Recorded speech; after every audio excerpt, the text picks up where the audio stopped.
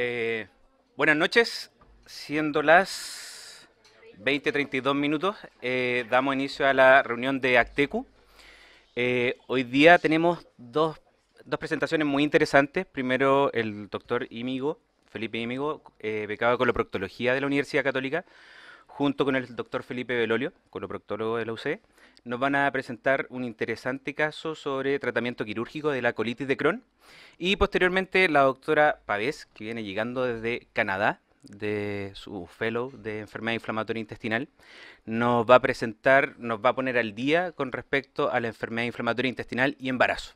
Así que viene con cosas nuevas que son muy interesantes, así que no tenemos en esta oportunidad un caso pediátrico, pero sé que va a ser de todas maneras interesante para todos ambas presentaciones. Exacto, exacto, de ahí va la relación.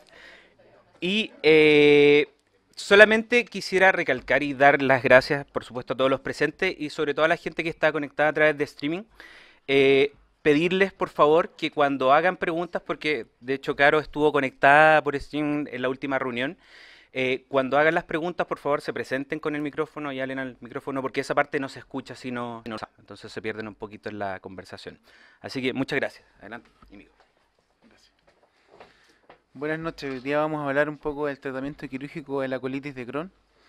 Vamos a partir con un caso introductorio, después vamos a hablar algunas cosas específicas de la cirugía, de cómo nosotros tomamos la decisión de cuál es la cirugía que vamos a realizar. El caso clínico es una mujer de 28 años que no tiene antecedentes médicos y antecedentes quirúrgicos, solo 3 cesáreas.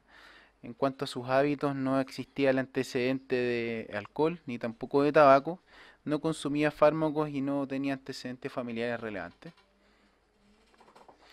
Esta paciente estuvo hospitalizada a fines de septiembre del año pasado por un síndrome disentérico que fue categorizado como una crisis grave de enfermedad inflamatoria y cuya colonoscopia, como ustedes pueden ver ahí, evidenció hallazgos característicos de una pancolitis ulcerosa difusa con pseudopólipos, como se pueden ver en las imágenes, respetando el recto y además una ileoscopía que en ese momento fue normal. Por lo tanto, inicia metilprednisolona con buena respuesta clínica y al alta se fue con prednisona 40 miligramos vía oral. Posteriormente el resultado de la biopsia informó, sin embargo, a pesar de los hallazgos macroscópicos, histología compatible con enfermedad de Crohn. Fue evaluada en forma ambulatoria el 17 de octubre del año pasado, destacando que la paciente se encontraba con una o dos deposiciones diarias, por lo cual se inició acetropina 50 miligramos. Y posteriormente, al aumentar acetropina a 100 miligramos, junto con que se adicionó mesalacina 1,5 gramos al día, evolucionó en forma tórpida con una pancreatitis aguda que se atribuyó a las drogas. Por lo tanto, se cambió esto a semercaptopurina sin una buena respuesta clínica, por lo cual se consideró córtico dependiente e inmunomodulador refractario.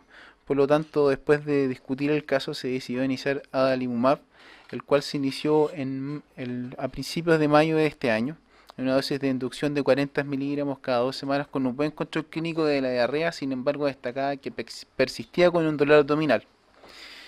Y es así como a principios de julio se hospitalizó en nuestro hospital por dolor intenso, destacando además en el examen físico una masa palpable principalmente a nivel del hipocondrio izquierdo y el epigastrio. Esta es la imagen, es la tomografía de ingreso, en la cual destacamos primero como primer hallazgo relevante que tenía una extensa trombosis de la suprahepática derecha. Y además se observaba estos hallazgos de un colon inflamatorio, principalmente de colon ascendente, colon transverso, hasta el ángulo esplénico, como pueden ver, además con una dilatación y con una importante cantidad de pseudoheces en su interior. Y acá podemos ver de mucha mejor forma esta imagen en el ángulo esplénico que causaba un efecto de masa importante, funcionando como una masa obstructiva, que era lo que se tocaba inicialmente. Considerando estos hallazgos, se inició un manejo médico, el cual además se agregó polietilenglicol. Sin embargo, la paciente no evolucionó de buena forma, con persistencia del dolor y de esta pseudoobstrucción. Por lo tanto, se decidió hacer una colonoscopia. Esto fue el día, ella ingresó el día 3 de julio, y esta colonoscopia se realizó el día 13, en la cual destaca que en el ángulo esplénico se aprecia una extensa lesión polipoidea que ocupa todo el lumen, no siendo posible avanzar el colonoscopio por frialdad de la mucosa. Además, se aprecian en el resto del colon izquierdo pseudopólipos inflamatorios, sin embargo la mucosa está normal. Considerando estos antecedentes y luego de discutirlo en la reunión multidisciplinaria, se decidió cirugía. Por lo tanto, la paciente fue el día 21 de julio del presente a una hemicolectomía derecha extendida por vía laparoscópica, donde se resecó el colon ascendente, el colon transverso y parte del ángulo esplénico, destacando dentro de los hallazgos intraoperatorios una gran masa inflamatoria del colon transverso medio y colon descendente y el colon descendente en un aspecto conservado. Destacar que esta fue una cirugía laparoscópica sin incidentes, sin necesidad de conversión y que además se realizó la anastomosis en forma intracorpórea, realizando una ilio-descendoanastomosis. La paciente cursó un postoperatorio con un hilo dinámico que se resolvió de rápida forma y además se inició la terapia anticoagulante oral por esta trombosis de la suprahepática. Fue dado de alta finalmente el día 2 de agosto, luego de 12 días postoperatorios, y en el control con coloproctólogo el 10 de agosto, paciente bien, sin grandes molestias, y en control con el equipo de gastroenterología el 24 del 8 de este mes se encontró en buenas condiciones generales y se planificó la reinducción con adalimumab. Y por gentileza de la doctora Torres, tenemos acá la biopsia de la macroscopía de la pieza quirúrgica, destacando el extenso compromiso inflamatorio del colon y destacando esta área en el ángulo esplénico, que era el área que se visualizaba en la colonoscopía, en la cual podemos ver la transición de mucosa prácticamente normal con esos pseudopólipos que estaban descritos, a el área que determinaba la estenosis, que era esta área de pseudopólipos que podíamos ver en la colonoscopía y que se informó como colitis de Crohn. Y que hay un mayor acercamiento de esta área que determinaba la obstrucción intestinal. Por lo tanto, en base a este caso vamos a hablar un poco del tratamiento quirúrgico de la colitis de Crohn. Felipe, antes de seguir, no sé si hacer algunas preguntas por si tienen sobre el caso clínico. Ahí está el micrófono.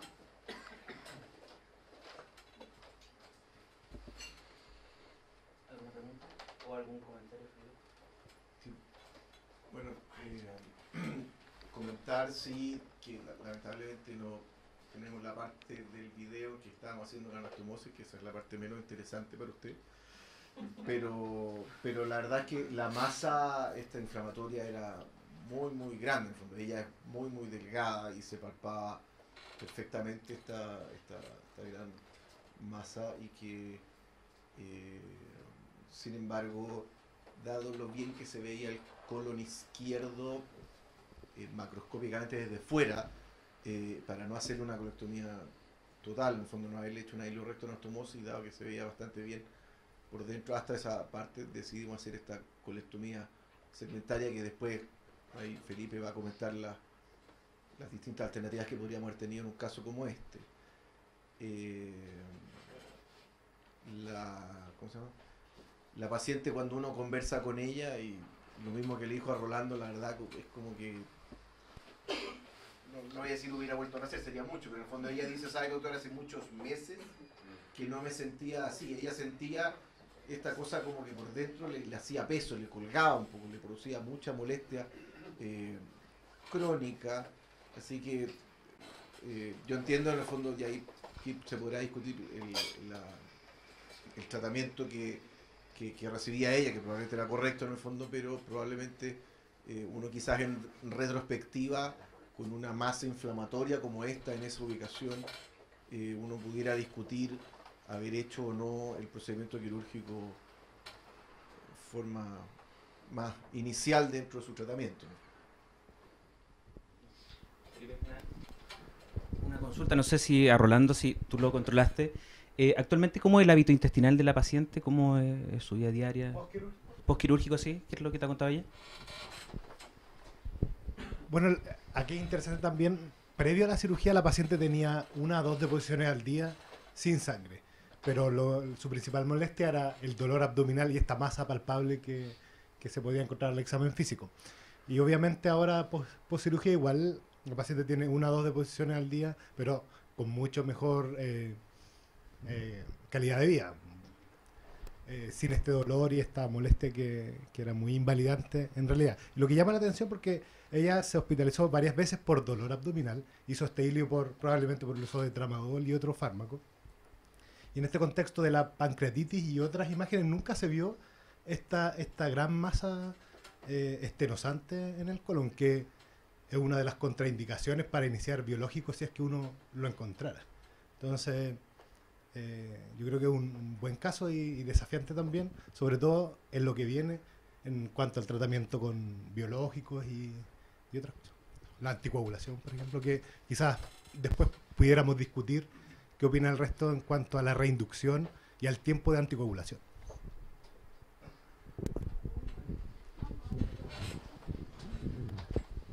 Un comentario cortito respecto al tratamiento médico previo, que como bien dicen hizo una pancreatitis por Inmuran y me llama la atención que se haya usado purinetol posteriormente. Ahí estaría contraindicado. Sí, Y no hay hizo mala tolerancia a la azatioprina, hizo la pancreatitis con 6 mercaptol. perfecto. Esa fue la... Por intolerancia. Sí. Perfecto, ya, gracias. Pero bueno. Pero claro, también para considerar, digamos, desde el punto de vista del tratamiento médico Sí. que pueda requerir a futuro. ¿Hay más preguntas? Bueno, ahora vamos a hablar un poco de los aspectos teóricos y en qué nos basamos nosotros para tomar la decisión de cuál cirugía es la que creemos que le corresponde al paciente. Como introducción, considerar que del total de los pacientes con enfermedad de Crohn, en el 60% existe algún compromiso del colon, en el 30-40% corresponde al compromiso ileocecal, que sabemos que es lo más frecuente. Sin embargo, existe un 25% en los cuales existe compromiso exclusivo del colon y el recto. Y además debemos considerar que la cirugía, no así como en la colitis ulcerosa, no juega un rol curativo, sino que más bien un rol de tratamiento básicamente de los síntomas. Aquellos pacientes, está escrito que tienen colitis, tienen más probabilidad de presentar durante su ovulación o tener en forma concomitante compromiso perineal. Y clínicamente se caracteriza esto por la diarrea con o sin sangre, dolor abdominal, pérdida de peso y déficits nutricionales. Habitualmente la presentación es crónica, sin embargo también existe la forma de presentación aguda, destacando tres grandes grupos de presentación. Por un lado, aquellos pacientes que se presentan como una pancolitis, una afectación de 2 o más segmentos del colon, una colitis segmentaria, que hace alusión a menos de 1/3 de afectación del colon, y como espectador en el caso de manifestaciones secundarias, por ejemplo, un Crohn ileal que desarrolla una fístula hacia el colon, por ejemplo.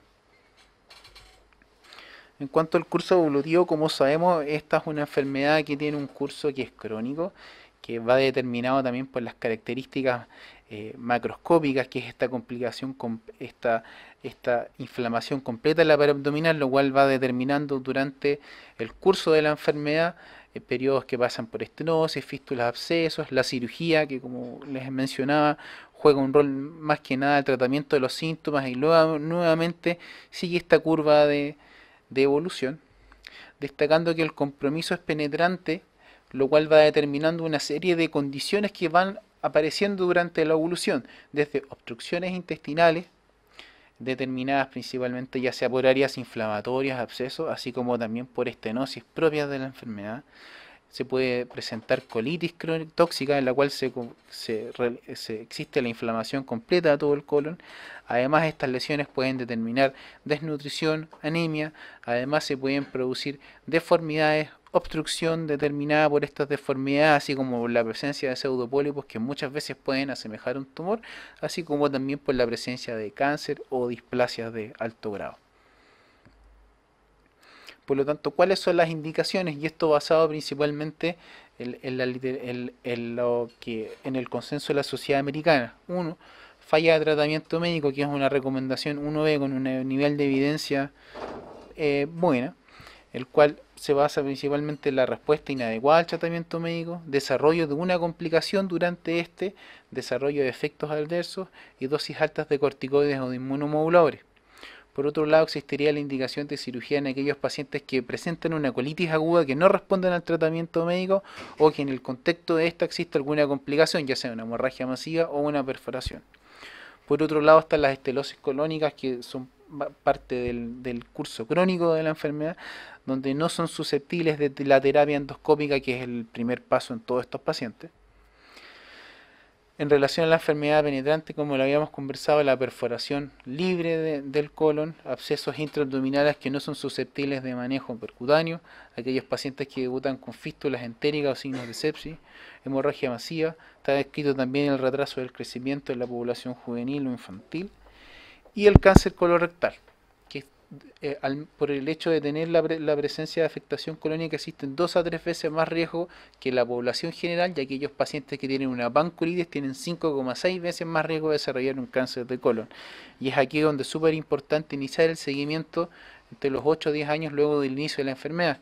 ¿Cuáles serían las indicaciones que para nosotros son relevantes en cuanto a la indicación de cirugía? Obviamente la presencia de un cáncer, la displasia de alto grado que se asocia a 40% de riesgo de cáncer a los 10 años, esta displasia asociada a lesión o masa, y la displasia también conocida como lesiones Dalm, y la displasia de bajo grado pero que sea multifocal. La displasia de bajo grado por sí sola se asocia a un 10% de riesgo de cáncer a 10 años, sin embargo cuando es multifocal esto aumenta a 25 a 30%.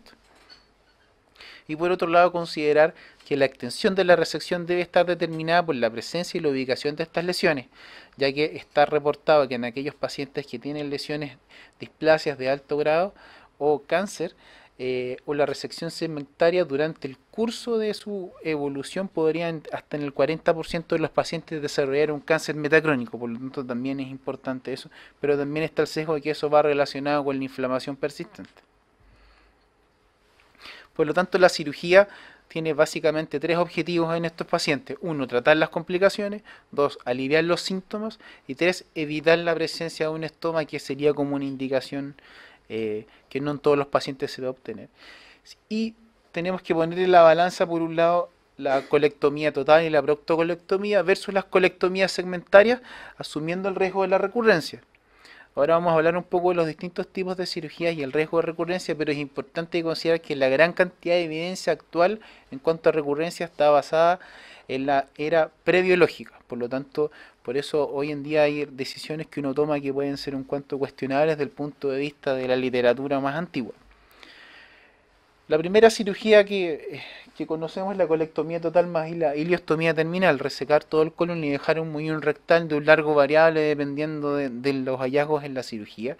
Es la cirugía de elección de urgencia y se considera principalmente en aquellos pacientes que tienen pancolitis con un recto respetado y aquellos pacientes que no son candidatos a una hilorectoanastomosis. Así como también es muy importante considerar que esta puede ser como parte de la cirugía de los planes secuenciales, es decir, la primera etapa para luego evolucionar en una hilorectoanastomosis o en una prostatectomía o en una prostatectomía con un reservorio. Además, es importante considerar que es una buena alternativa en aquellos pacientes en los cuales existe una enfermedad de corta evolución, en la cual todavía está en la nebulosa si se trata más bien de una colitis ulcerosa o una enfermedad de Crohn, por lo tanto también sería un muy buen abordaje inicial. Sin embargo, es importante considerar, datos, vuelvo a repetir, de la era prebiológica, que está descrito una recurrencia de hasta el 70% a 5 años, y de todos estos pacientes que recurren, la mitad está en riesgo de requerir una prostatectomía por los síntomas asociados. La otra cirugía que se realiza con frecuencia es la proctocolectomía más la iliostomía terminal, que también se considera en pancolitis, pero aquí sí el recto está comprometido, existe enfermedad perianal severa, o también en aquellos pacientes que tienen incontinencia, en la cual no tiene mucho sentido bajar el recto. ¿Cuáles serían las ventajas de esta cirugía? Por un lado, que tendrían menor riesgo de recurrencia, ya que la recurrencia estaría determinada principalmente por la afectación futura que pudiera ocurrir en el intestino delgado, y además disminuiría el riesgo de cirugía futura. Y además tiene la ventaja adicional de que eliminaría el riesgo de un cáncer colorectal. Sin embargo, tiene los inconvenientes de que es una operación inicial extensa, más en el setting de un paciente que esté debutando con una complicación séptica. Además, existe hasta el 15-20% de los pacientes que tienen complicaciones de la herida perineal. Y por otro lado, que es más importante y que es especialmente relevante en aquellos pacientes jóvenes o mujeres jóvenes, el riesgo de disfunción sexual y urinaria. que depende mucho de la disección durante la cirugía. Y como les mencionaba, la recurrencia del intestino delgado puede estar escrita en el 10 a 30% de los datos de los pacientes. La hilorectoanastomosis, otra cirugía que parece ser bastante interesante, que es una alternativa que podría ser considerada en pancolitis y en pacientes con recto sano y con mínimo compromiso del recto, ¿ya? Pero es importante destacar que tiene que ser planificado en forma primaria o como parte de una cirugía secuencial. Rara vez se plantea en el setting de urgencia como una cirugía primaria. ¿Y en quién uno la puede considerar? Uno, pacientes jóvenes, pacientes que tienen una buena continencia, y esto está determinado por la historia clínica, ausencia de cirugía hemorroidal, ausencia de enfermedad perianal, así como también la ausencia de inmunosupresores de larga data. Y otro factor importante es que en general estos pacientes también debe estar al antecedente de una enfermedad de larga evolución, lo cual me habla de la estabilidad de este y de la probabilidad de compromiso del recto es menor. Sin embargo, también es importante considerar de que por un lado estamos mejorando la funcionalidad del paciente con 2, 3, 4 episodios de deposiciones dependiendo del paciente, versus el riesgo de recurrencia, que también es alto, casi un 83% de años. Sin embargo, es relevante destacar que como estos pacientes sabemos que tienen recto que es susceptible de presentar nuevas complicaciones durante la evolución, tiene un seguimiento mucho más estricto. Por lo tanto, si bien existe un riesgo de recurrencia elevado, a los 5 años una hilorectoanastomosis funcional se observa en casi en el 87% de los pacientes y a 10 años en el 72% de los pacientes. Por lo tanto, la distinta inflamación o la distinta afectación que vaya teniendo el recto también es susceptible de ser rescatada. Y por otro lado, un tema que está hoy en día en boga es la colectomía segmentaria, que es el caso de esta paciente, en la cual generalmente son cirugías planificadas en forma electiva ante compromiso de un segmento colónico o de 2 segmentos por separados o de 2 segmentos que sean contiguos, dejando al menos un tercio del colon remanente sano, ¿ya? En cuanto a las consideraciones, uno, tener en consideración durante esta cirugía el compromiso anorrectal, considerar que debe ser una cirugía en el setting de pacientes que están electivizados y que no hay complicaciones sépticas, así como también que es una cirugía en la cual uno debe preferir y debe hacer todos los esfuerzos porque existe una anastomosis primaria de preferencia. Por lo tanto, esto también nos habla del manejo preoperatorio estricto que debe haber de estos pacientes, del apoyo nutricional, la corrección de la anemia. ¿Cuáles son las ventajas? Por un lado, como sabemos, mejores resultados funcionales, evitamos la presencia del estoma, y además el único metaanálisis que compara cirugía segmentaria con una colectomía total habla de que no existen diferencias en la morbimortalidad. Ahora, ¿cuáles son las desventajas? Por un lado tenemos la desventaja de la recurrencia, por otro lado tenemos el fantasma del cáncer colorectal que podría aparecer en el colon remanente. Por lo tanto, aparece también la necesidad de una eventual nueva cirugía y de la presencia de un estoma durante la evolución del paciente. Y la recurrencia se describe hasta en el 40% de los pacientes, destacando dentro de los principales factores de riesgo, 1, la enfermedad perianal, 2, la presencia, que la paciente sea mujer, y lo otro que está descrito también es que la resección segmentaria sea izquierda, que también se asociaría con un mayor riesgo de recurrencia. Y el riesgo del estoma en un seguimiento a 8,3 años fue de un 44% de los pacientes. Sin embargo, ese es un trabajo del año 2005, era prebiológica. Y aparece también esta cirugía que es la proctocolectomía más el punch o el reservorio. Sin embargo, la Sociedad Americana de Cirujanos no la considera como una técnica aceptada para enfermedad de Crohn, solo la considera una técnica aceptada para la colitis ulcerosa, ya que tiene un alto riesgo de complicaciones y falla hasta en el 56% de los casos. Existe alrededor de un 15% de filtración de este reservorio. Existe un mayor índice de estenosis y de la anastomosis e incontinencia. Sin embargo, en la guía ECO 2016 siempre se mencionó como una alternativa, la cual debe ser considerada en pacientes que tienen enfermedad de larga data y en aquellos en que no existe compromiso del intestino delgado ni perineal, ¿ya? Y además destacando que es una decisión cirujano-paciente, considerando también el riesgo de que esta es una cirugía, considerando el riesgo de la recurrencia, y esto también tiene que ser obviamente analizado en un equipo multidisciplinario.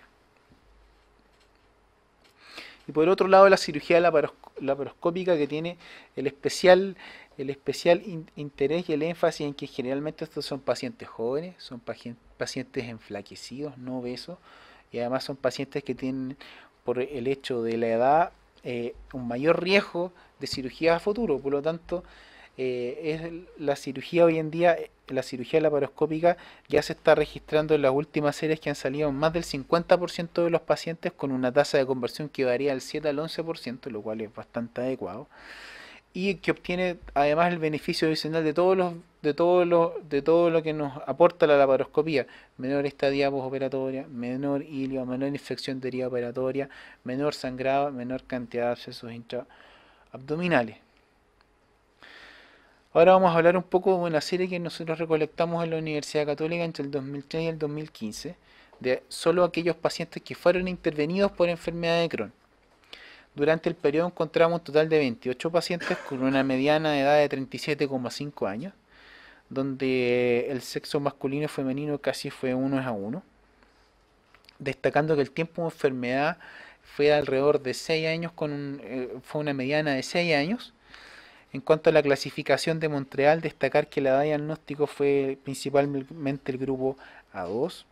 En cuanto a la localización de la enfermedad, obviamente localización colónica, y en cuanto al patrón evolutivo fue principalmente el patrón B1, casi con el 70% de los pacientes, destacando que 15 pacientes tenían compromiso perineal, quizás no todos durante del ingreso a esta serie, pero sí lo habían presentado durante su evolución, destacando que 14 pacientes existía el compromiso extraintestinal.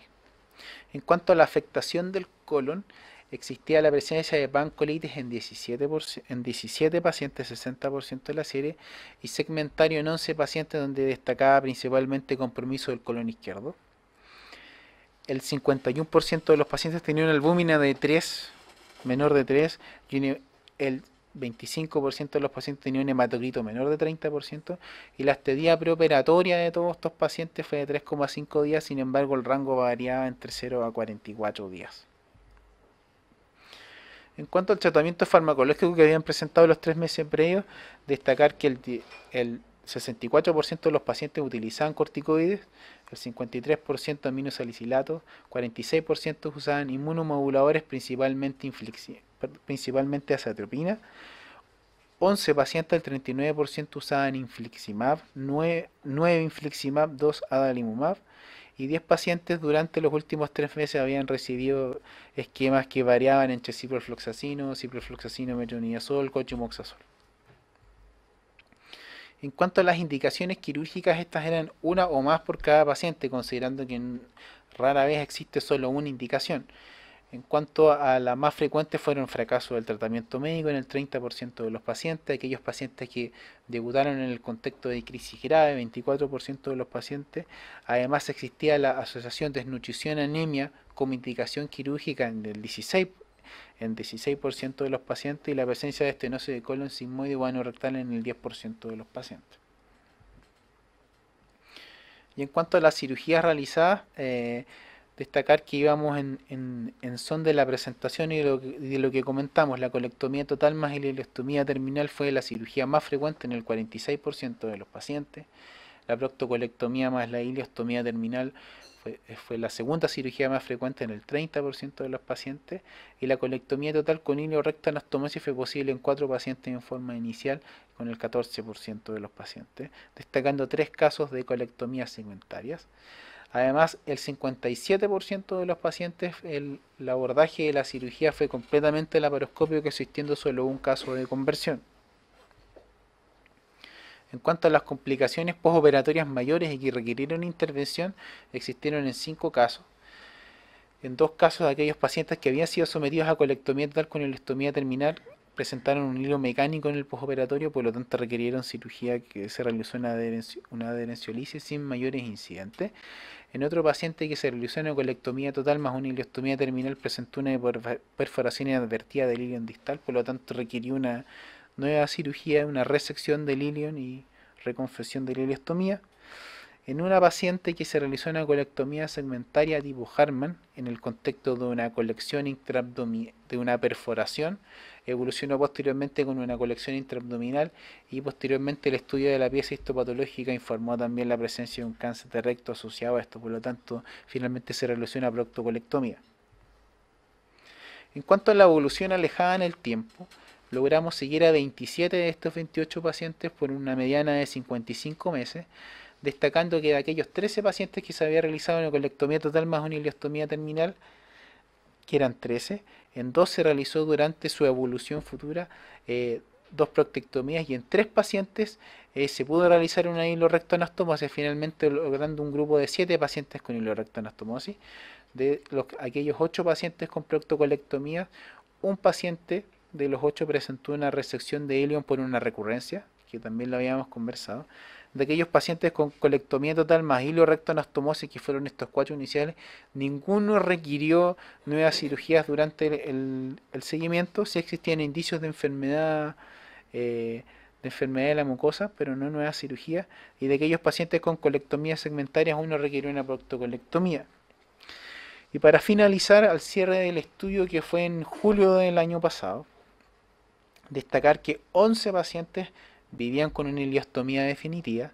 Existían 8 pacientes que tenían una ileostomía transitoria, sin embargo 4 presentaban enfermedad rectoperineal, por lo tanto no van a ser candidatos. Y sin embargo existían 4 pacientes que son aún candidatos a una anastomosis iliorectal, de los cuales están en curso de su enfermedad actualmente. Y finalmente, como ya les había mencionado, existen actualmente 7 pacientes que viven con una anastomosis iliorectal con una relativa buena calidad de vida. Lo otro importante de destacar como beneficio adicional de la cirugía es que de 27 pacientes al inicio de la serie usaban tratamiento farmacológico previo a ingresar a esta, y al final de la serie, en el seguimiento, solo 12 usan tratamiento farmacológico, lo cual no es una diferencia estadísticamente significativa, pero sí marca una tendencia. Ya existió un caso de mortalidad alejada por otra causa. Por lo tanto, podemos concluir en general de todo el tema que hemos hablado que la colitis de Crohn es una enfermedad con una alta tasa de recurrencia luego de la cirugía. En pacientes intervenidos de urgencia, la colectomía total con ileostomía terminal es la cirugía de elección, lo cual se condice con nuestra serie. La resección segmentaria es una alternativa adecuada en enfermedad que esté limitada a 1 o 2 segmentos. La ileorectoanastomosis es planteada en pacientes jóvenes sin compromiso del recto ni del esfínter. Y es posible con el advenimiento actual de los fármacos biológicos que estas tasas de recurrencia sean mucho menores a lo que están descritos históricamente. Por lo tanto, permite la cabida a nuevas alternativas quirúrgicas que son las que hemos conversado. Por lo tanto, nuevamente valorar que la decisión de cuál cirugía realizar a cada paciente es en forma independiente y que sin lugar a dudas debe ser llevada a cabo por un equipo multidisciplinario, que es lo que habitualmente realizamos. Gracias.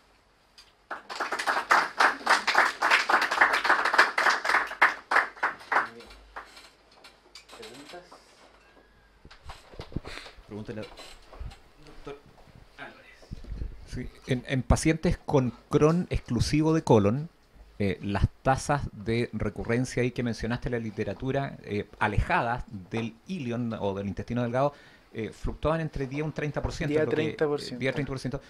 Pero en nuestra experiencia, y ahí quería el comentario tuyo o de Felipe, es bastante más bajo que eso, porque la mayoría de las veces no lo dejamos con tratamiento. Alguien con Crohn exclusivo de colon, que tú le sacas todo el colon, y ahí de lo que yo entendí de la serie de usted, fue solo un paciente, que es 3,7% o algo así, que es más del total que de la serie, uno de con el de seguimiento de 8. usted, lo cual se condice más con la idea que en general rara vez recurre en el intestino delgado cuando ha sido siempre un Crohn exclusivo de colon. No sé, algún comentario Claro. tuyo de Felipe. La verdad es que de la literatura hablan de varios factores de riesgo, pero específicamente en ese paciente que recurrió, la verdad es que no existía ningún factor de riesgo como postquirúrgico. Tengo que pensar que, y tampoco ese paciente había recibido como alguna terapia adicional, no había recibido un biológico ni nada. Pero yo estoy de acuerdo que probablemente el factor más relevante aquí es el tiempo, y hoy día vivimos un tiempo que es distinto al que probablemente vivieron los que publicaron esas tasas de recurrencia de sus artículos en su momento, en el fondo, en que las estrategias eran distintas, en que las herramientas eran menos efectivas. Así que yo creo que efectivamente, como tú bien dices, en nuestra experiencia es este 3,7% y probablemente si algo va a seguir disminuyendo, ¿no? Oye, un comentario para no quitarle más tiempo a la Caro. La verdad que este es un trabajo, yo felicito a Felipe porque lo hizo de manera bastante adecuada, muy adentro del tema, en el fondo, que es cómo nosotros los cirujanos, en el fondo, tomamos en cuenta distintas alternativas quirúrgicas, cómo nos decidimos un poco por ella, pero por supuesto que, dado que esto es un trabajo de equipo, efectivamente la razón por la que nosotros nos atrevemos a hacer resecciones segmentarias hoy en día es porque sabemos que existe la alternativa o las herramientas como para disminuir las tasas de recurrencia en pacientes como ella. ¿Ya? Y efectivamente la funcionalidad de una ilio de sendo-anastomosis no es muy distinta de tener el colon completo, no es muy distinta. Pero mientras más, por supuesto, mientras más uno se acerca abajo, la tasa, cuando nosotros hicimos un trabajo de ilio recto anastomosis en colitis ulcerosa, pero el caso es prácticamente el mismo, el promedio de deposición al día es de 4. ¿Ya? Entonces, mientras más, por supuesto, uno va bajando, más frecuencia defecatoria tiene, especialmente si uno se mete a la pelvis ya empieza a sumar otro tipo de factores de complicaciones. Si ustedes quieren saber todos los detalles más profundos sobre este trabajo, ¿cuándo sale? No sabemos. ¿No sabemos? Todavía. Pero está enviado para publicación, así que esperamos que sea aceptado lo más pronto posible. Los mantendremos al tanto. Yo sé que están nerviosos. Eso, no sé si hay alguien más que tenga algún comentario.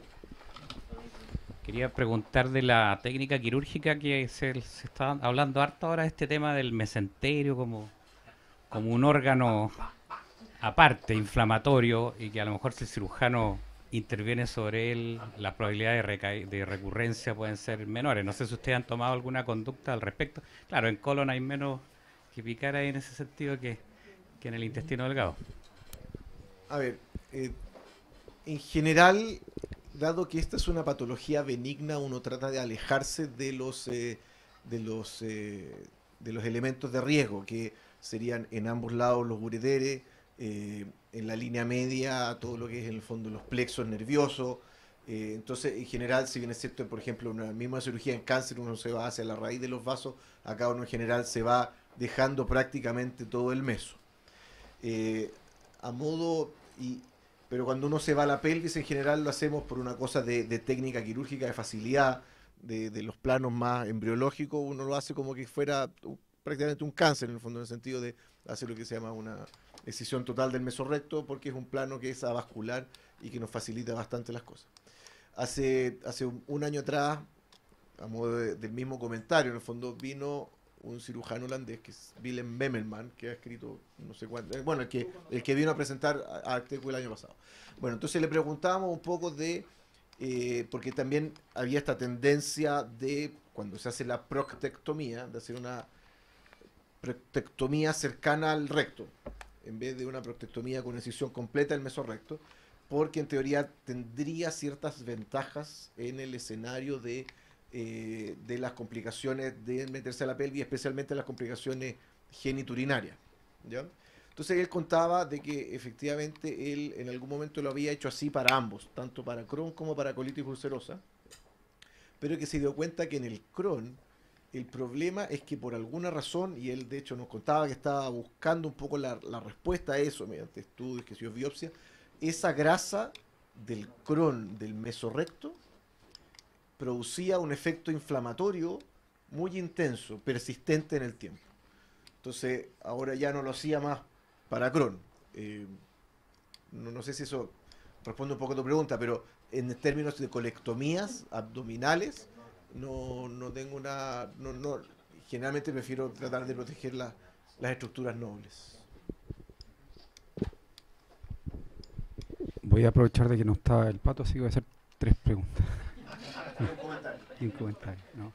La primera, preguntarle a Manuel, es llamativo que el 50% de los pacientes con enfermedad de Crohn en este contexto estén con mesalazina, entonces quiero saber si es la postura del grupo o no. Segundo, Felipe ha hablado de un trabajo multidisciplinario, quería preguntarle si es que ellos consideran en su grupo la posibilidad real de ofrecerle a una paciente que tiene una enfermedad bien delimitada, sin compromiso perianal, la posibilidad de un reservorio, si están en condiciones de ofrecer eso.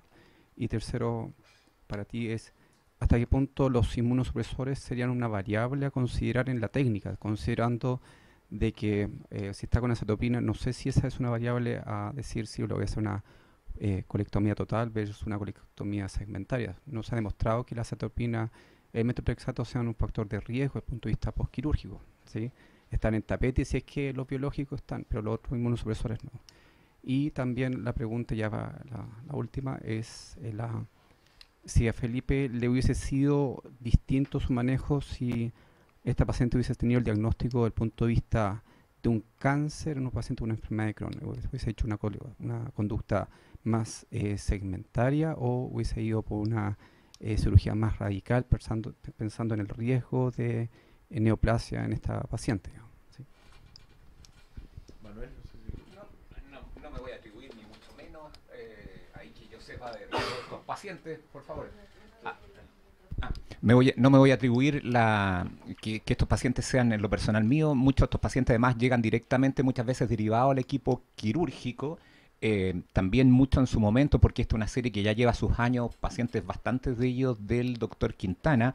Dicho todo esto, sin embargo, que son pacientes con enfermedad exclusiva en general de Crohn de colon, que ha sido la indicación, en esto los 5-aminosalicílicos siguen teniendo un papel. No es que sea la panacea, ni mucho menos, pero en la casística nuestra, y que tiene más de 1000 pacientes, el 72% tenían inmunomoduladores como el tratamiento principal, así que esto es un poco distinto a lo que hoy día se está haciendo.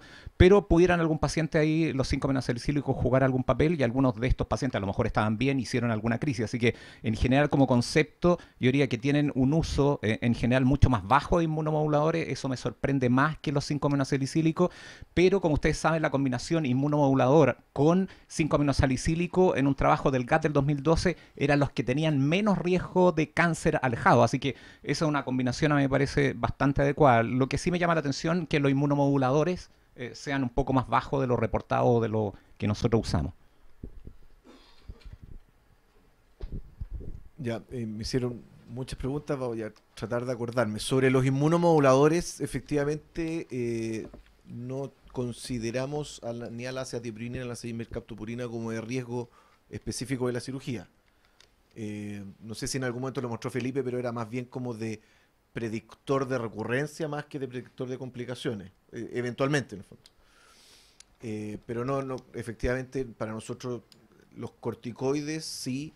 Los biológicos es algo que efectivamente es discutible, pero la azatioprina yo creo que hay bastante evidencia de que no tiene influencia en el outcome. Si ella hubiera tenido dentro de esa masa que nosotros vimos ahí, alguna de estas biopsias, porque recordemos que era una masa que eran como digitaciones que crecían eran efectivamente pseudopólipos, pero muy largos en el fondo. Si uno hubiera tomado una biopsia de ahí y me hubiera salido un cáncer, probablemente yo efectivamente lo hubiera interpretado como una enfermedad que hubiera requerido una resección mucho más radical. Lo que uno pudiera discutir o no, y ahí uno se podría hilar un poco más fino, es si conservar el recto o no en esta paciente en que el recto se veía sano, en que eventualmente uno podría haber tenido biopsias no inflamatorias en el recto, y ahí uno hubiera conversado, pero probablemente no hubiera hecho una hilo de sendo, seguro. Y no sé qué otra pregunta me hiciste.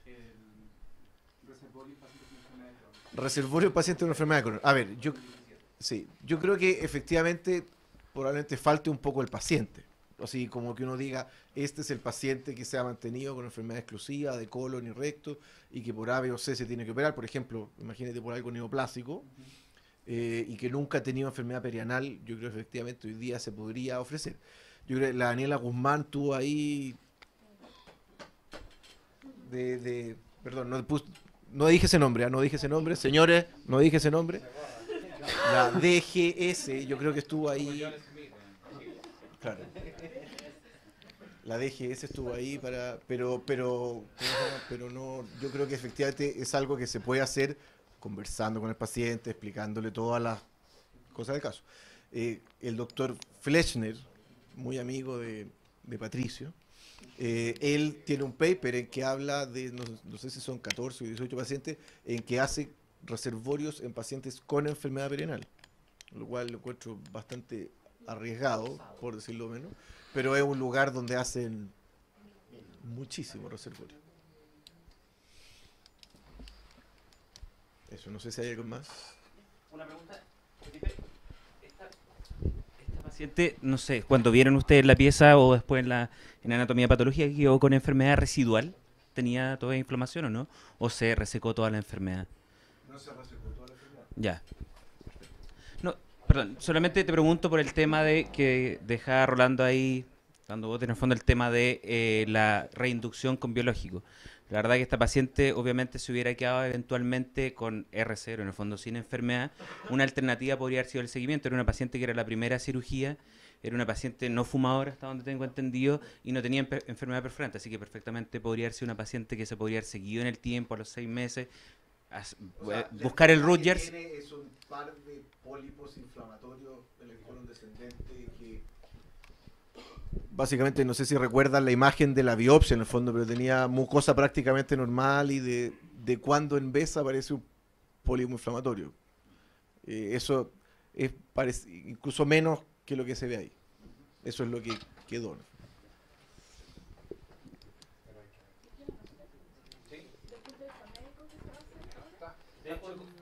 Comenzó a través de Cartesoto de la reinducción, básicamente por esta presencia de enfermedad residual. Que la aprobaron esta semana, así que va a reinducirse con Humira. La verdad que ella, cuando uno observaba el colon, habían ciertos segmentos que claramente habían mejorado francamente con respecto a la última colonoscopia con los biológicos, claramente algo que ya, habían segmentos que ya no tenían solución, en el fondo que ya eran cicatriciales, etcétera. Pero esa es la idea, en el fondo, tratar la enfermedad residual que quedó. Así que eso, no sé si hay más preguntas. ¿No? Entonces, le damos un nuevo aplauso al doctor Íñigo. Muchas gracias por la presentación. Y ahora le corresponde a la doctora Pavés.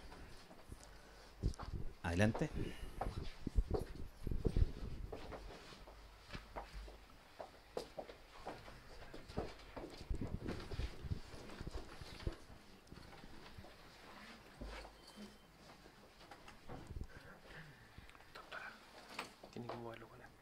Solamente para complementar, para rellenar un poquito, mientras que se acomoda la doctora Pavés. Ella, como les decía, llegó hace poco desde Canadá, de la Universidad de British Columbia, de una formación de un fellow en enfermedad inflamatoria intestinal. Así que, obviamente, nos va a aportar una gran experiencia durante esos meses que estuvo allá, por esos lados. Gracias. Ya. Bueno, buenas noches. Les vengo a presentar algo distinto. Nos salimos de lo quirúrgico, vamos a la parte más médica. Allá tuve una oportunidad muy bonita de poder participar en unos policlínicos que habían, que eran policlínicos de enfermedad inflamatoria y embarazo.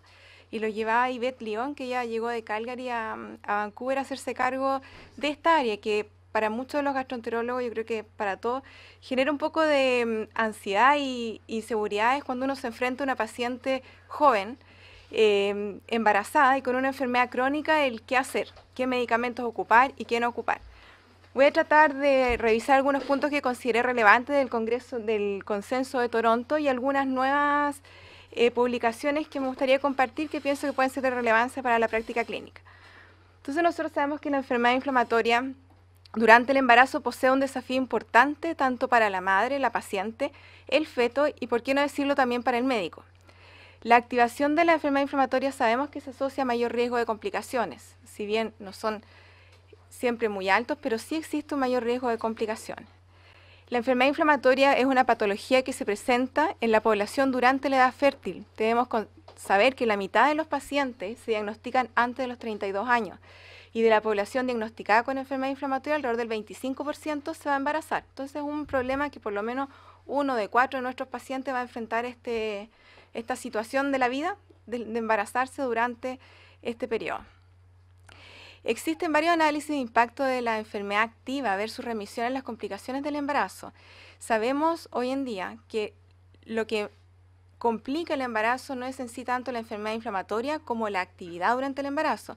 Acá les puse una cifra nomás para tener una noción de que pacientes con colitis ulcerosa activa tienen un riesgo de 2.7 veces más de tener un parto prematuro o bajo peso al nacer, así también pacientes con enfermedad de Crohn. Este es el consenso del cual les voy a tocar algunos puntos que me interesaría discutir, que fue un consenso que se efectuó en Toronto, fue publicado el año pasado, y acá se llega a consenso que muchas cosas son con buena evidencia y otras son más que nada recomendación de expertos, pero en este grupo está toda la gente que a nivel mundial está bien dedicada al tema de investigar qué pasa con el embarazo y la enfermedad inflamatoria.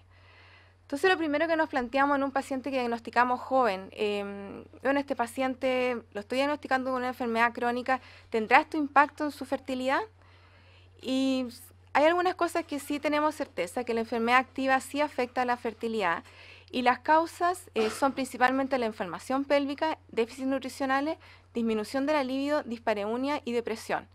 En pacientes con enfermedad de Crohn existe una disminución de la reserva ovárica, eso está demostrado, y también sabemos que la cirugía pélvica disminuye la fertilidad por cicatrices y adherencias, con un riesgo relativo de 3.9.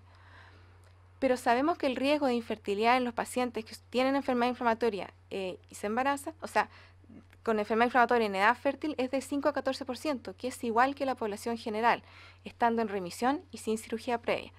Y que después de la cirugía pélvica, las posibilidades de éxito de fertilización asistida como fertilización in vitro es igual a la población general.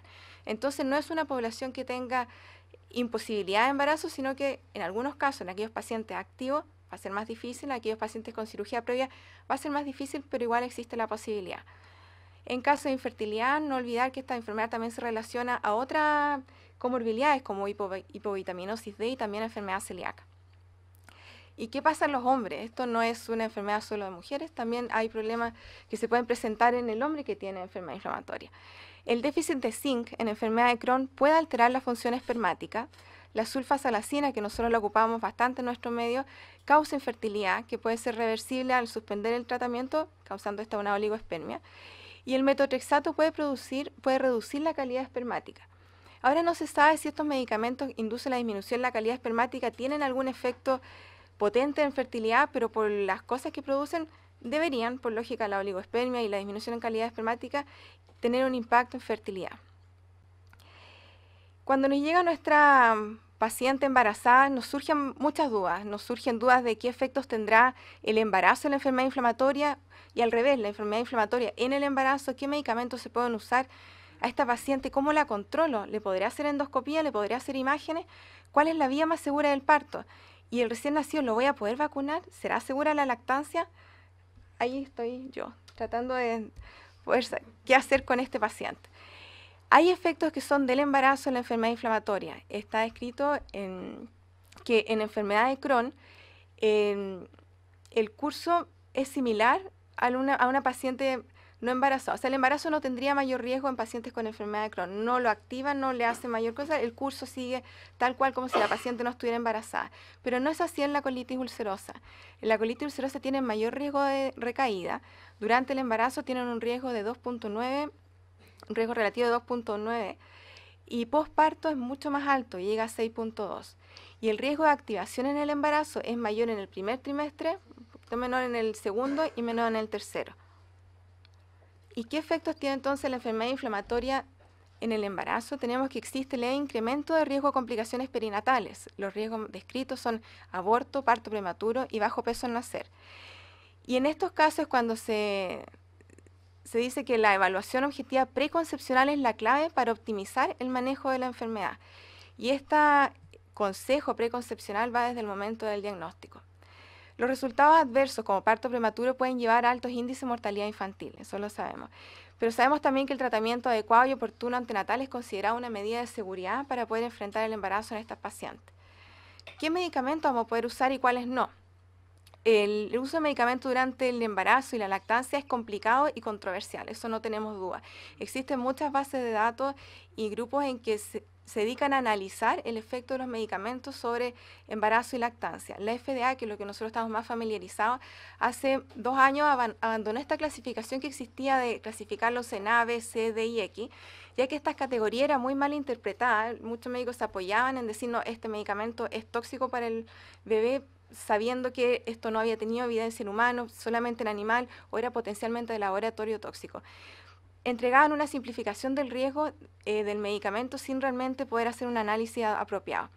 Por lo tanto, la FDA lo que hizo fue reemplazar estas categorías por secciones más detalladas y que describen la información disponible, tanto humana, animal o farmacológica, acerca del beneficio potencial de la madre, feto y lactante. Y se agrega ahora también el potencial reproductivo en hombres y mujeres, cosa que antes no se consideraba. Entonces, ¿qué medicamentos puedo usar? ¿Qué es lo que le preocupa a las mamás, a estas mujeres embarazadas? Lo que más le preocupa, en una encuesta que se hizo, que les detallo acá, de 145 mujeres, un cuarto de las pacientes creía que era más importante tolerar los síntomas, sea cual fuese, que exponer al feto a efectos tóxicos del medicamento. Un tercio creía que todos estos medicamentos eran dañinos para los niños, la mitad estaba preocupado por la infertilidad y 3/4 de los pacientes temen heredarle la enfermedad al hijo. Como pueden ver, muchas de las preocupaciones es más que nada desconocimiento del paciente frente a la enfermedad, los medicamentos, los potenciales riesgos, que cosas que sean realmente fundadas. Entonces, las mujeres con enfermedad inflamatoria temen los efectos adversos de los medicamentos, pero hay baja conciencia de los efectos deleterios que la activación de la enfermedad durante el embarazo puede tener sobre su embarazo. Acá no lo voy a detallar todo, solamente mencionar un par de cosas. Dentro de los 5 ASA, lo importante es recordar que son seguros. La única salvedad que tenemos que mantener en mente es que hay formulaciones que contengan el dibutilfalato, que es a tratar de evitarla durante el embarazo, a pesar de que no han tenido evidencia en humanos. Sí existe un riesgo de mostrar en animales, y en Chile el que encontré que tiene este compuesto es el mecolcine. No hay que descontinuar ni tampoco reducir las dosis durante el embarazo. Está demostrado que al descontinuar y reducir las dosis, más de la mitad de los pacientes se van a activar en comparación con el 20-30% que se activa como evolución en un año de la enfermedad nada más. Considerar que los tratamientos rectales como supositorio, enema, son seguros durante el embarazo, no tienen riesgo y no se han asociado a ni provocación de parto, ni pérdidas precoces, a nada de eso. Y en aquellos pacientes con sulfasalacina hay que suplementarlos con ácido fólico. Esas son las consideraciones que hay que mantener en mente con respecto a los 5 AS. En cuanto a los antibióticos, el que no se puede usar es el metronidazol. Está contraindicado tanto durante el embarazo como en época de lactancia. De los inmunomoduladores, la ciclosporina está contraindicada, metotrexato también. La tiopurina, que es lo que más tenemos nosotros de disponibilidad en nuestro medio, es compatible. Es compatible tanto durante el embarazo como también en la lactancia. Se aconseja por el PIC de la farmacocinética del fármaco que ojalá a la guagua, al bebé, cuando se le está dando lactancia, sea 4 horas después de la ingestión del medicamento. Consideraciones, las tiopurinas producen una alteración en la disponibilidad de metabolitos durante el embarazo, o sea, se alteran los metabolitos durante el embarazo. Quizás ahí podríamos discutir si sería importante medir o no metabolitos durante el seguimiento de estas pacientes. Esta alteración de la disponibilidad se normaliza posparto y se ha descrito que recién nacidos pueden presentar anemia, así que ahí valdría la pena hacer un chequeo hematológico en los niños que han sido expuestos in útero a las tiopurinas. Con respecto al metotrexato, se sugiere suspender 3 meses antes de la concepción. Y si una mujer se embaraza en tratamiento con metotrexato, este se debe descontinuar inmediatamente. Y acá en la guía lo que dice es mandarlo a consejería obstétrica, porque en muchos países está aceptado que por esta causa pueden interrumpir el embarazo. En nuestra realidad, bueno, refería al obstetra de alto riesgo y ahí evaluar el tema de los riesgos. Esto se ha asociado a mayor cantidad de abortos, mayor cantidad de malformaciones fetales, el 5%. Y lo importante es que tienen 3.4 veces más riesgo de efectos cardiovasculares. Está descrito que el inicio precoz del paciente que se embaraza estando en metotrexato, el inicio precoz con ácido fólico puede disminuir el riesgo de estos efectos adversos. Así que en nuestra realidad, esa paciente que se haya embarazado tomando metotrexato, iniciar rápidamente ácido fólico y derivarla ahí a un obstetra de alto riesgo para que haga el seguimiento de este embarazo. En cuanto a los corticoides, son bastante seguros. En realidad no hay mayor riesgo durante el embarazo. Está descrita la fisura palatina, pero es muy bajo porcentaje y se ha descrito en el primer trimestre de la exposición. Pero sabemos que es un medicamento que es seguro y que se ocupa mucho en embarazadas que hacen crisis. De los biológicos, acá hay cosas bien interesantes. El tema de los biológicos para nosotros, que hasta hace poco era bastante desconocido porque no teníamos acceso a mucho de ellos, hoy en día va a ser cada vez más frecuente y nos vamos a ver enfrentados a pacientes que estando en tratamiento con adalimumab, con infliximab, que son lo que hoy en día tenemos disponible, se van a embarazar. ¿Qué hacer con ellos? ¿Mantener? ¿No mantener? ¿Es riesgoso? ¿No es riesgoso?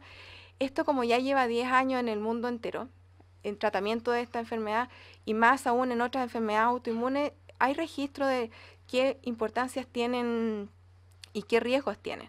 Recordar un par de cosas. Los anti-TNF, nosotros los que tenemos hoy disponible, el infliximab y el adalimumab, son 2 inmunoglobulinas. El infliximab tiene un 25% componente murino, el adalimumab es totalmente humano.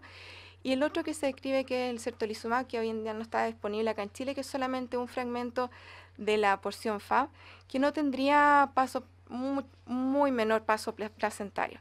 En el caso del infliximab y adalimumab, como toda inmunoglobulina G1, tienen paso a través de la placenta. Este gráfico es muy antiguo, en que se describió en que el paso de inmunoglobulina a través de la placenta es principalmente en el tercer trimestre. Acá podemos ver las semanas de gestación y acá podemos ver los niveles de inmunoglobulina. Entonces acá se ve claramente que en el tercer trimestre, que vendría siendo más que nada por acá, hay un paso importante transplacentario de inmunoglobulina. Así como se le transmiten los anticuerpos que protegen a la guagua, también se le están transmitiendo estos anticuerpos al bebé. ¿Qué importancia tiene esto? No se ha logrado demostrar que esto tenga ningún riesgo para el recién nacido en cuanto a desarrollo, en cuanto a malformaciones.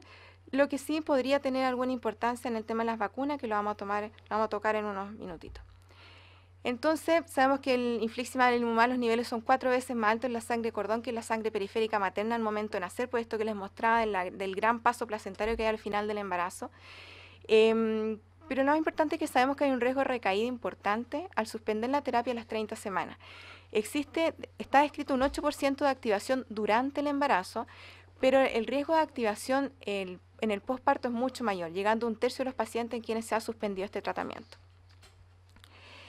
Este fue un estudio que se hizo con numerosos casos de pacientes que habían sido expuestos a anti-TNF y se puede ver, si ustedes ven acá, los riesgos relativos de todas las complicaciones más frecuentes son prácticamente iguales. O sea, hay solo uno que se aumenta un poquito, que es el tema del aborto, pero todos los demás se mantienen en uno. Entonces podemos decir con bastante certeza que los anti-TNF no hay mayor riesgo de complicaciones materno-fetales.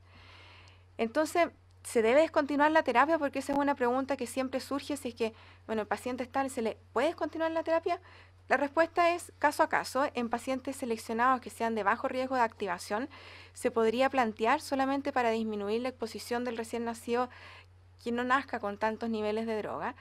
Pero ¿qué problemas aparecen al descontinuar la terapia? Que no hay evidencia que al continuar con la terapia esto vaya a tener un impacto negativo en los recién nacidos en el embarazo. Sí sabemos que hay un riesgo de recaída durante el embarazo y posparto, y lo otro, que los niveles plasmáticos bajos, que podríamos llegar nosotros al descontinuar la terapia, por ejemplo en la semana 20, podrían sí contribuir al desarrollo de anticuerpos y subsecuente pérdida del efecto del medicamento. Entonces, en realidad es algo que se tiene que poner bien en la balanza si es que vale la pena o no descontinuar la terapia en pacientes embarazadas. Mujeres que estén con enfermedad inflamatoria, embarazadas, con terapia combinada de anti-TNF y tiopurina, la decisión de monoterapia en estos casos debería ser individualizada.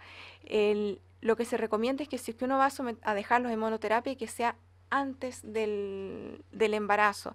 Idealmente, como está acá, o sea, 3 meses antes de la concepción, que ya el paciente esté como listo con este medicamento, con este tratamiento es el que vamos a tratar de pasar el embarazo y ojalá no presentar ninguna reactivación. Los datos de esta gran base de datos Piano, que ha sido solamente presentada en congreso, en este minuto no hay ninguna publicación grande de esto, reportaron que terapias combinadas no está asociado con el aumento de complicaciones en el embarazo ni tampoco en el aumento de cesárea.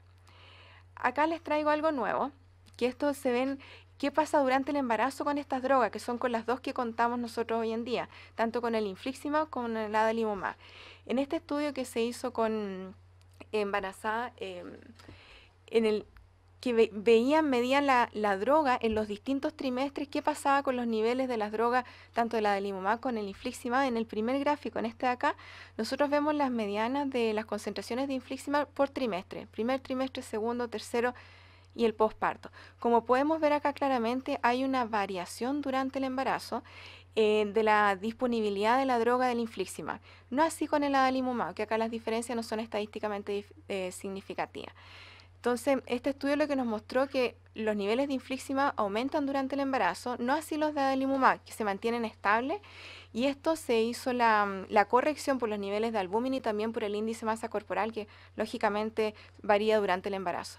Por lo tanto, podemos decir que en el caso de pacientes que están en tratamiento con infliximab, quizás valdría la pena hacer algún control de niveles, principalmente en el segundo trimestre, para asegurarnos que estamos con dosis óptima. Y a lo mejor podría incluso ahí sugerirse una baja de dosis si es que estamos con niveles demasiado altos. ¿Cómo lo monitorizamos? Sabemos que una paciente embarazada no es tan fácil como mirarla endoscópicamente en caso de duda o hacer técnicas invasivas como imágenes. Los estudios endoscópicos, tanto la sigmoidoscopía como la colonoscopía, se recomiendan solo si los resultados van a afectar el manejo antenatal de la enfermedad inflamatoria. Ojalá diferirlo para el segundo trimestre del embarazo. ¿Cuáles son las preocupaciones que nos surgen más que nada por el uso de drogas sedantes? Es la hipoxia materna o fetal y la teratogenicidad de los medicamentos usados en la colonoscopía y que esto pudiese tener algún impacto en parto prematuro. ¿Qué es lo que, si es que tenemos que hacerla, qué usar? Lo que se sugiere es el fentanilo, la meperidina, y si es que hay que ocupar alguna benzodiazepina, que ojalá no, que sea el midazolam, que es de vida media más corta. En cuanto a imágenes, lo que es seguro para el embarazo es la ecografía o la resonancia. El uso del escáner o la resonancia con contraste solo se debe considerar cuando el beneficio es mayor que el riesgo de un diagnóstico incorrecto. Idealmente no ocuparlo solo si es estrictamente necesario.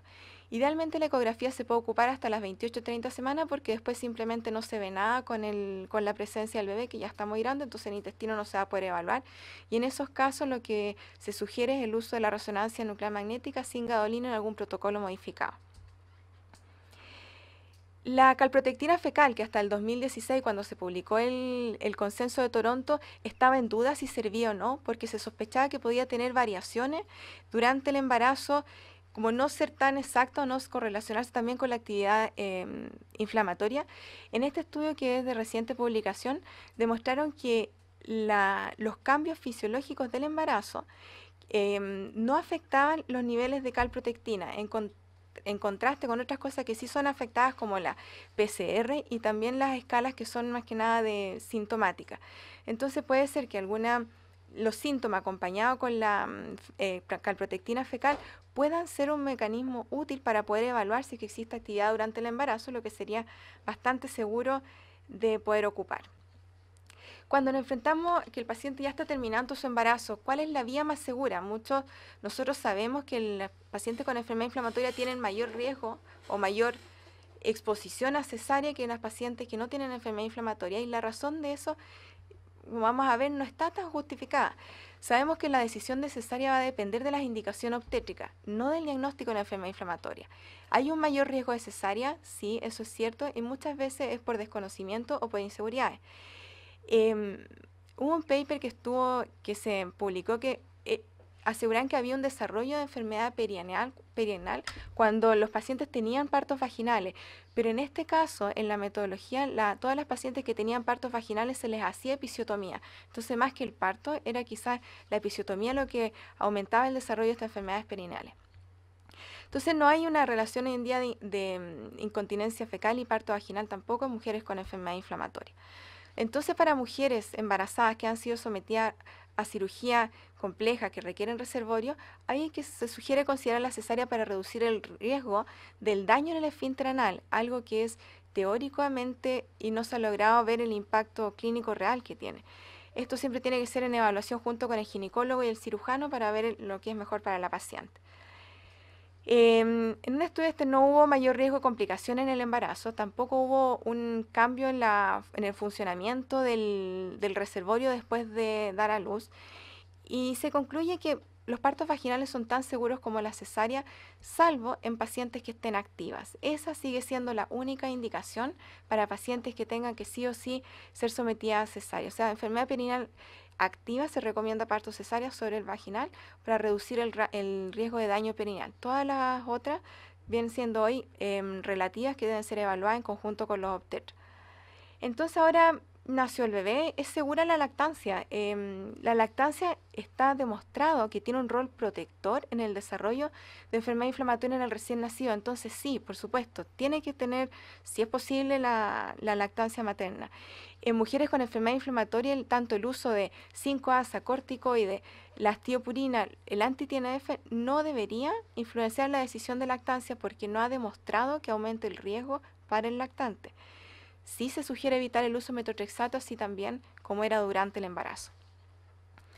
¿Puedo vacunar al recién nacido? En el consenso de Toronto lo que se describía, que era la información que había hasta el momento en que se publicó, era que hasta los 6 meses se sugería evitar el uso de vacunas a virus vivo, que en nuestra realidad nacional son varias. Es la BCG, es la trivírica que se pone al año, a los 2 meses, a los 4 meses ya.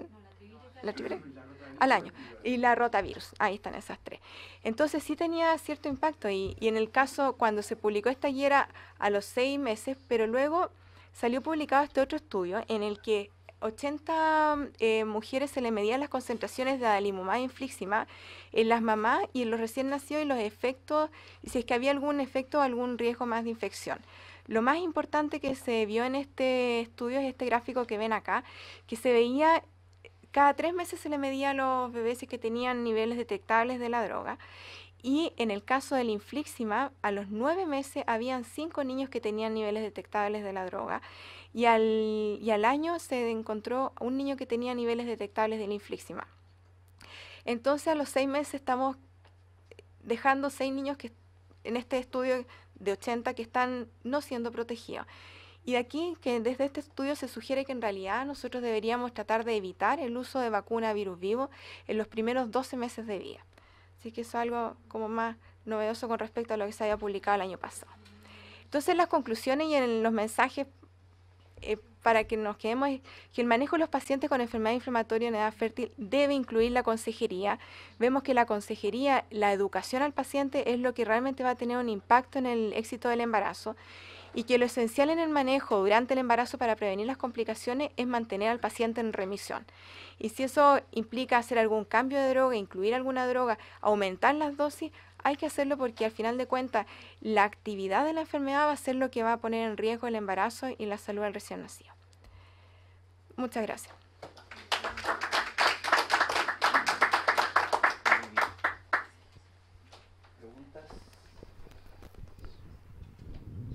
Gracias, Carolina.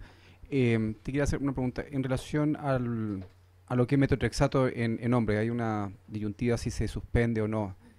¿Cuál es la postura tuya? Y en relación a lo que es el biológico, sobre todo que vamos a tener acceso a adalimumab e infliximab, tú, por el trabajo que mostraste, los niveles de infliximab son hasta los 12 meses y la adalimumab es hasta 6 meses. Había habían pacientes que tenían 11% a los 6 meses. La pregunta mía es si el adalimumab tú también lo sugieres a los 12 meses como el infliximab, teniendo claro que la curva es mucho antes la ausencia, entonces no sé si tiene alguna implicancia a un recién nacido esperar un año para vacunarlo o no. Tal vez preguntarle a Cristóbal cuál es la postura, digamos, teniendo claro que el trabajo que demuestra que cambió la postura es solamente para infliximab, no es para adalimumab, por eso. Sí.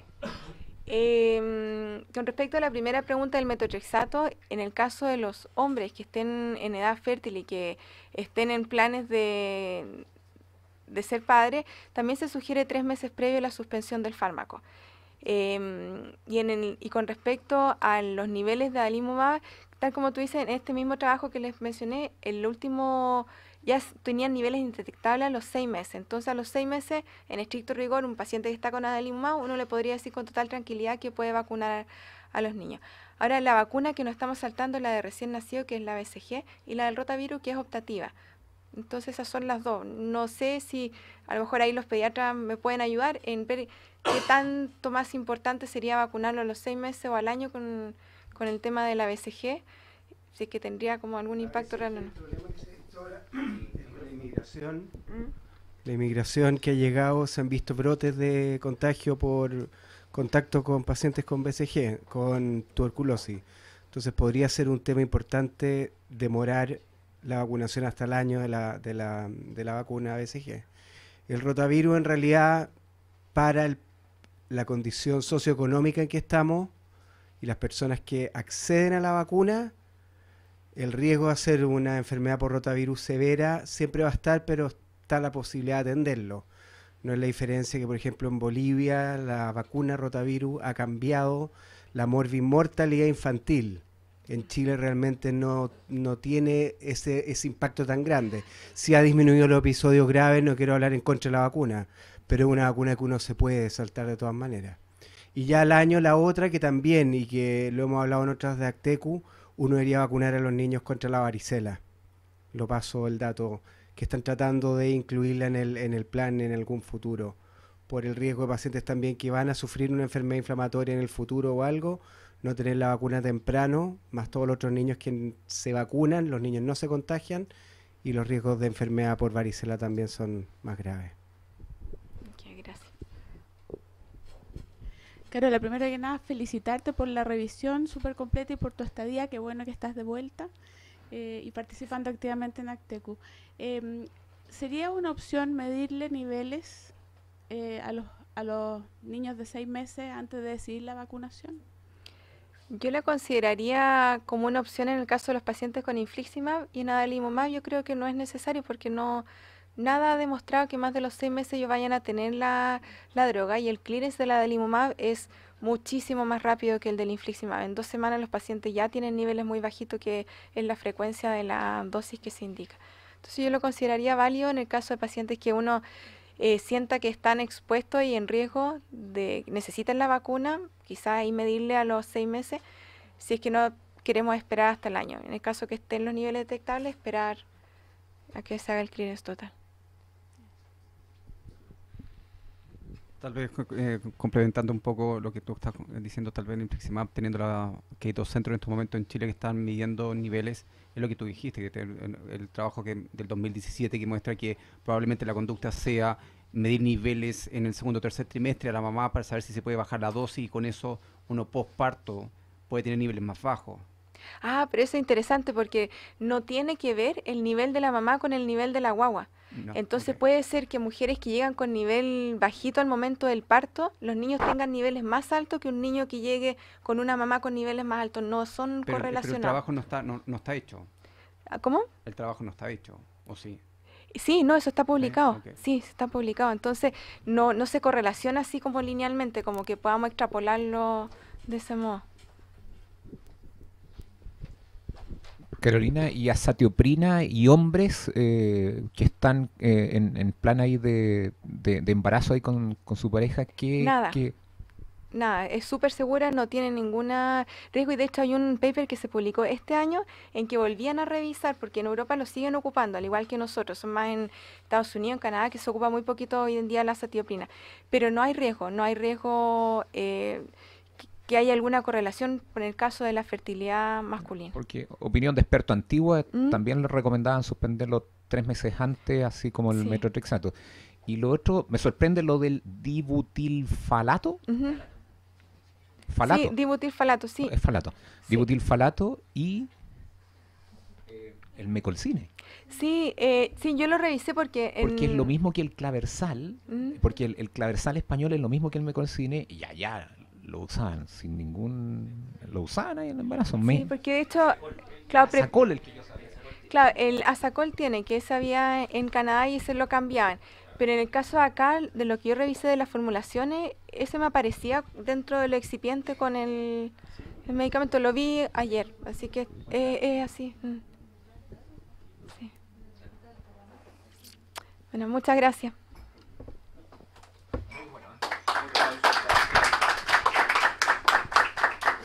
Bueno, muchas gracias. Solamente queda agradecer a todos los asistentes y por supuesto también a la gente que nos acompañó a distancia. Y solamente recordarles, me recordó Jocelyn, que el 31 de octubre sería la próxima reunión de Actecu a cargo de la doctora Macarena Gompers. Así que nos vemos en ese momento. Están todos cordialmente invitados, obvio. Muchas gracias.